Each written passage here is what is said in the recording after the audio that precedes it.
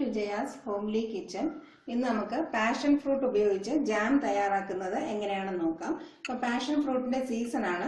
നമ്മൾ സാധാരണ അത് വെറുതെ പഞ്ചസാര ചേർത്ത് കഴിക്കാറുണ്ട്, നമ്മൾ ജ്യൂസ് ആയിട്ട് കുടിക്കാറുണ്ട്, നമുക്ക് സ്ക്വാഷ് തയ്യാറാക്കാം. പക്ഷെ ജാം നമ്മൾ അധികം ആരും പരീക്ഷിക്കാത്തതാണ്. അപ്പൊ ഞാനങ്ങനെ ജാം ആയിട്ട് തയ്യാറാക്കി നോക്കിയപ്പം വളരെ ടേസ്റ്റി ആയിട്ട് തോന്നി, കുറച്ചും കൂടെ ഹെൽത്തി ആണെന്ന് തോന്നുന്നു. കാരണം നമുക്ക് വീട്ടിൽ നിന്ന് കിട്ടുന്ന പാഷൻ ഫ്രൂട്ട് ആയതുകൊണ്ട് കുറച്ചും കൂടെ നല്ലതായിരിക്കും. അപ്പൊ ഞാനിവിടെ ഏകദേശം ഒരു ചെറിയ ക്വാണ്ടിറ്റിയാണ് ചെയ്ത് കാണിക്കുന്നത്. ഞാനിവിടെ 10 പാഷൻ ഫ്രൂട്ടിന്റെ പൾപ്പ് എടുത്ത് വെച്ചിട്ടുണ്ട്.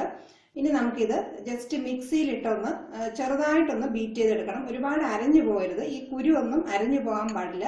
ജസ്റ്റ് ഒന്ന് വിപ്പ് ചെയ്തെടുത്തിട്ട് ഇതൊന്ന് അരിച്ചെടുക്കണം. പിന്നെ നമുക്ക് വേണ്ട ഇൻഗ്രീഡിയൻസ് പഞ്ചസാര വേണം, പിന്നെ ചെറുനാരങ്ങയും വേണം. ഈ 3 ഇൻഗ്രീഡിയൻസിന്റെ ആവശ്യമേ ഉള്ളൂ. ഇനി നമുക്ക് ഈ പൾപ്പ് ഒന്ന് ബീറ്റ് ചെയ്ത് ഇതിന്റെ ജ്യൂസ് മാത്രമായിട്ടൊന്ന് അരിച്ചെടുക്കാം. ഇനി നമുക്കിതൊരു സ്ട്രെയിനറിലൂടെ അരിച്ചെടുക്കാം. ഇനി നന്നായിട്ട് ഇതിന്റെ ഫുൾ ജ്യൂസും കിട്ടുന്ന രീതിയിൽ നന്നായിട്ട് ഇതൊന്ന് അമർത്തി എടുക്കാനായിട്ട് ശ്രദ്ധിക്കുക. ഇതിനകത്ത് ഞാൻ ഒട്ടും വെള്ളം ചേർത്തിട്ടില്ല. ഇത് നന്നായിട്ട് നമുക്കൊന്ന് അരിച്ചെടുക്കാം. അരിച്ചെടുത്തിട്ടുണ്ട്. അരിച്ചെടുത്തതിന് ശേഷം അതൊന്ന് മെഷർ ചെയ്ത് നോക്കണം. ഞാനിപ്പോൾ ഇത് മെഷർ ചെയ്തപ്പം അതിൻ്റെ 1/2 കപ്പിൻ്റെ ആ മെഷർമെൻറ്റ് കപ്പിൽ നിറച്ചും കിട്ടിയിട്ടുണ്ട്. 1/2 കപ്പാണ് എനിക്ക് കിട്ടിയിട്ടുള്ളത്. അപ്പോൾ നമുക്ക് ഇതിൻ്റെ ജ്യൂസ് എത്രയാണോ കിട്ടിയിട്ടുള്ളത് അതേ അളവാണ് പഞ്ചസാര ചേർത്ത് കൊടുക്കാനുള്ളത്. 1/2 കപ്പ് നമുക്ക് ജ്യൂസ് കിട്ടുന്നെങ്കിൽ 1/2 കപ്പ് പഞ്ചസാര വേണം. 1/2 കപ്പ് ജ്യൂസിന് 1 ടീസ്പൂൺ നാരങ്ങ നീര്. ജാം തയ്യാറാക്കുന്ന പാനിലേക്ക് ഇത് അളന്നൊഴിച്ചു കൊടുക്കാം. 1/2 കപ്പ് പഞ്ചസാര എടുത്തിട്ടുണ്ട്, അതും ഇതിന് ഈ ജ്യൂസിന്റെ കൂടെ ചേർത്ത് കൊടുക്കാം. ഇനി നമുക്ക് ഗ്യാസ് ഓൺ ചെയ്തിട്ട് ഈ സിറപ്പ് ഒന്ന് തിക്കാക്കി എടുക്കണം. ജാം ഒന്ന് തിക്കായി വരുന്നുണ്ട്. ഈ സമയത്ത് നമുക്ക് അളന്നു വെച്ചിട്ടുള്ള 1 ടീസ്പൂൺ നാരങ്ങ നീരും കൂടെ ചേർത്ത് കൊടുക്കാം. ജാം ഏകദേശം തയ്യാറായി വരുന്നുണ്ട്. ഇപ്പൊ ഇത് കുറച്ചൊരു ലൂസായിട്ടുള്ളൊരു കൺസിസ്റ്റൻസിയിലാണുള്ളത്. ഇങ്ങനെ വേണമെങ്കിലും നമുക്ക് എടുത്തു വെച്ച് ജാമായിട്ട് ഉപയോഗിക്കാവുന്നതാണ്. ഞാൻ നേരത്തെ ഒരു പൈനാപ്പിൾ ജാമിന്റെ വീഡിയോ പോസ്റ്റ് ചെയ്തിട്ടുണ്ടായിരുന്നു. അതിനകത്ത് ഞാൻ ഇതുപോലെ പറഞ്ഞിട്ടുണ്ടായിരുന്നു, ഈ ഒരു സ്റ്റേജിൽ വേണമെങ്കിലും എടുക്കാം. നമുക്ക് കുറച്ചും കൂടെ തിക്കാക്കി വേണമെങ്കിലും ജാം തയ്യാറാക്കി എടുക്കാം.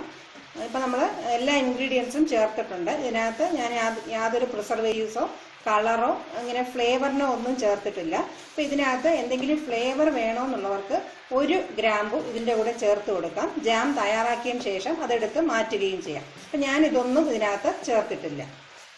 ഇതിപ്പോൾ ഈ സ്റ്റേജിൽ ഞാൻ ഗ്യാസ് ഓഫ് ചെയ്ത് കൊടുക്കുകയാണ്. ഇതൊന്ന് തണുത്ത് കഴിയുമ്പോൾ നമ്മൾ ജാമിൻ്റെ കറക്റ്റ് കൺസിസ്റ്റൻസിയിൽ കിട്ടും. ഇതിന് നന്നായിട്ട് ഒന്ന് തണുത്തതിന് ശേഷം വേണം നമ്മൾ ഏതെങ്കിലും കണ്ടെയ്നറിൽ സൂക്ഷിക്കാനായിട്ട്. ജാം തണുക്കാനായിട്ട് വെച്ചിട്ടുണ്ട്. ഇതിപ്പോൾ റൂം ടെമ്പറേച്ചറിലായിട്ടുണ്ട്. റൂം ടെമ്പറേച്ചർ ആയതിനു ശേഷം നമുക്ക് ഗ്ലാസ് ബോട്ടിലുകളിൽ ഇത് സൂക്ഷിച്ച് ഫ്രിഡ്ജിൽ വയ്ക്കാവുന്നതാണ്. പിന്നെ നമ്മളിതിനകത്ത് പ്രിസർവേറ്റീവ് ആയിട്ട് നാരങ്ങ നീരാണ് ചേർത്തിട്ടുള്ളത്. അതുകൊണ്ട് ഇത് ചീത്തയാകാൻ ചാൻസ് വളരെ കുറവാണ്, ഒട്ടും ചീത്തയാവത്തില്ല.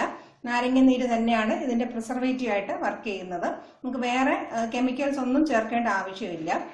പിന്നെ പ്രത്യേകം ശ്രദ്ധിക്കാനുള്ളത്, ജാം നമ്മൾ കൂടുതൽ തയ്യാറാക്കുന്നുവെങ്കിൽ 3 or 4 ബോട്ടിലിലാക്കി സൂക്ഷിക്കുക. നമ്മൾ ഫ്രിഡ്ജിൽ വെച്ചിട്ട് ഒരേ ബോട്ടിലിൽ നിന്ന് എടുത്തിട്ട് പിന്നെയും അത് റൂം ടെമ്പറേച്ചർ ആയതിനു ശേഷം പിന്നെയും ഫ്രിഡ്ജിൽ വെച്ച് അങ്ങനെ മാറി മാറി എടുക്കുമ്പോൾ ജാം ചീത്തയായി പോകാൻ ചാൻസ് ഉണ്ട്.